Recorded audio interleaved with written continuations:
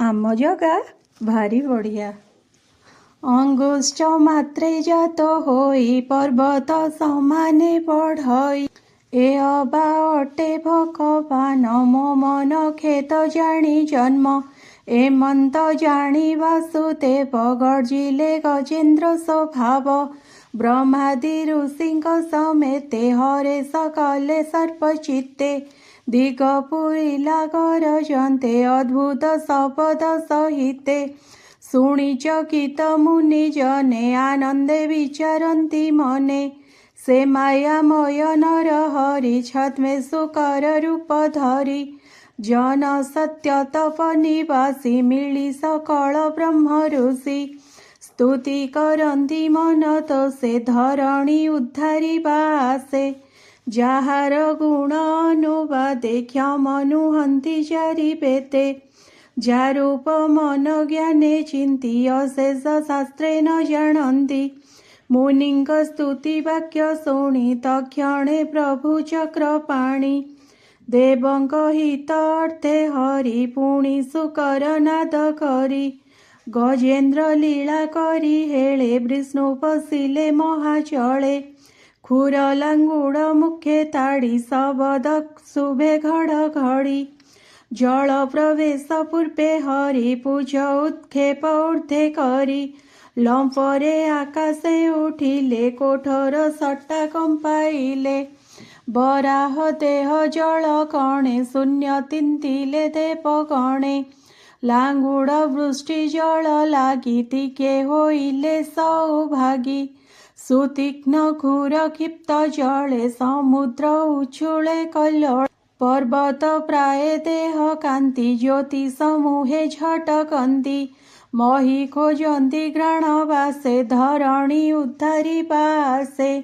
କରାଳ ଦନ୍ତ ଉଷ୍ଟ ପାଟି ଊର୍ଦ୍ଧ୍ୱେ ମୁନିଙ୍କି ଦେଇ ଦୃଷ୍ଟି, ତକ୍ଷଣେ ଶବ୍ଦ କରି ଜଳେ ପଶିଲେ ସମୁଦ୍ର କୋଲଳେ, ଅଙ୍ଗେ ପଡ଼ନ୍ତେ ବ୍ରଜ ପାଏ ଦେଖି ଜଳଧି କଲା ଭଏ, ତରଙ୍ଗ କର ଉଚ୍ଚେ କରି ଡାକଇ ରଖ ଦଇ ତାରି, ହେ ଯଜ୍ଞେଶ୍ୱର ତ୍ରାହି କର ମୁଁ ତୁମ ଚରଣେ କିଙ୍କର, ସମୁଦ୍ର ମୁଖରାବ ଗୋଳେ ହରି ପଶିଲେ ରସା ତଳେ, ଜଳେ ନିମଗ୍ନ ବସୁନ୍ଧରି ତକ୍ଷଣେ ଦନ୍ତାଗ୍ରେ ଉଦ୍ଧାରି,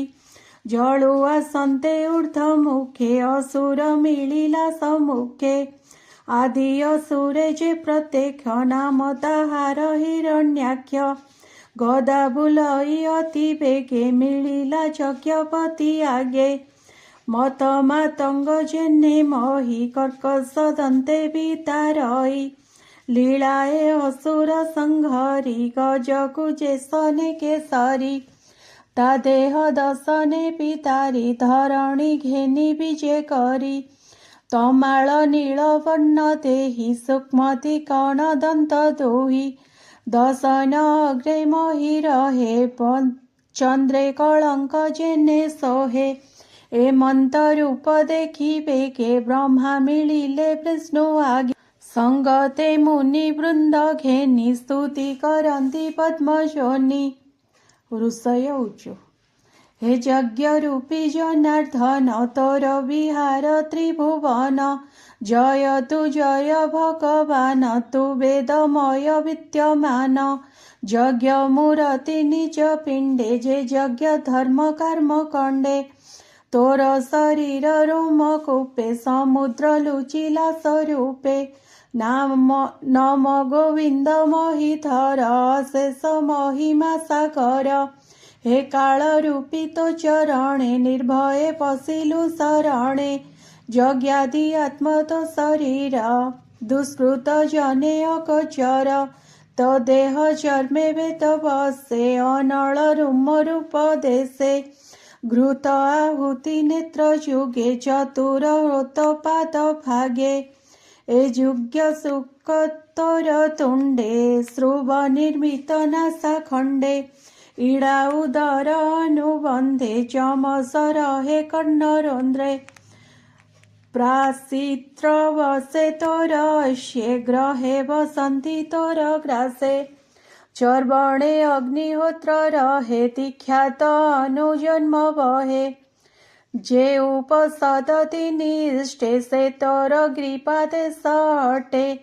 દંતે પ્રાયણી ઉદ્દયિની જીવારે પ્રભયકુ ઘેની શિરે હોમ રહિત અગ્નિ આબર ઉપાસના બન્ની પ્રાણે વસંતિ ચિત્તિ ગણ સોમતરેત આચરણ સપન તોહર અવસ્થા સપ્ત ધાતુએ તોર સંસ્થા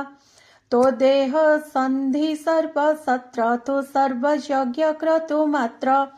મંત્ર દેવતા રૂપ તું હિ તું દ્રવ્ય ક્રતુ ક્રિયા હોય વૈરાગ્ય ભક્તિ આત્મજય કરાઉ જ્ઞાન ઉદય તું વિદ્યા ગુરુ જ્ઞાન દાતા સકળ જીવ પિતા માતા અખિળ મૂર્તિ ભગવાન તોર ચરણે મોર નમ તો દંત્ર અગ્રે વસુંધરી વિરાજે નિજ રૂપ ધરી કિય બાતે પાપટાંતર જળે જે સને કરી વર પત્ર સમેતે પદ્મ બહે તો દંત અગ્રે તેને શોહે એ જે સુકર તોર દેહ શેષ જગ્ય વેતમય દંતે ધરણી કરે સૌભાકી બા ઉપમા તાહા દેબા પર્વત શૃંગે જળધર જે મંતે દિશઈ સુંદર તે મંતે શોભિત ધરણી તો દંત અગ્રે ચક્ર પાણી એ બે ધરણી સ્થાપ જળે ભોનાથ તોર માયા બળે એ ભૂમિ જીવલોક માતા તું નાથ જીવલોક પિતા તો બીનું અન્ય કે બા બળે મહી ઉધરે મહાજળે એણુ વિસ્મય આંભ નાહી અતિ વિસ્મય વિશ્વે જેહી તાહાગુ તુહી માયા બળે સર્જના કલુ એ સયળે એ જે ઈશ્વર તોર દેહી સકળ વેતમય એહી જળે કંપંતે તો શરીર જળધિ દિશે ભયંકર તોરમ અગ્ર જળ રાશિ ઉછોળી શૂન્ય માર્ગે આસી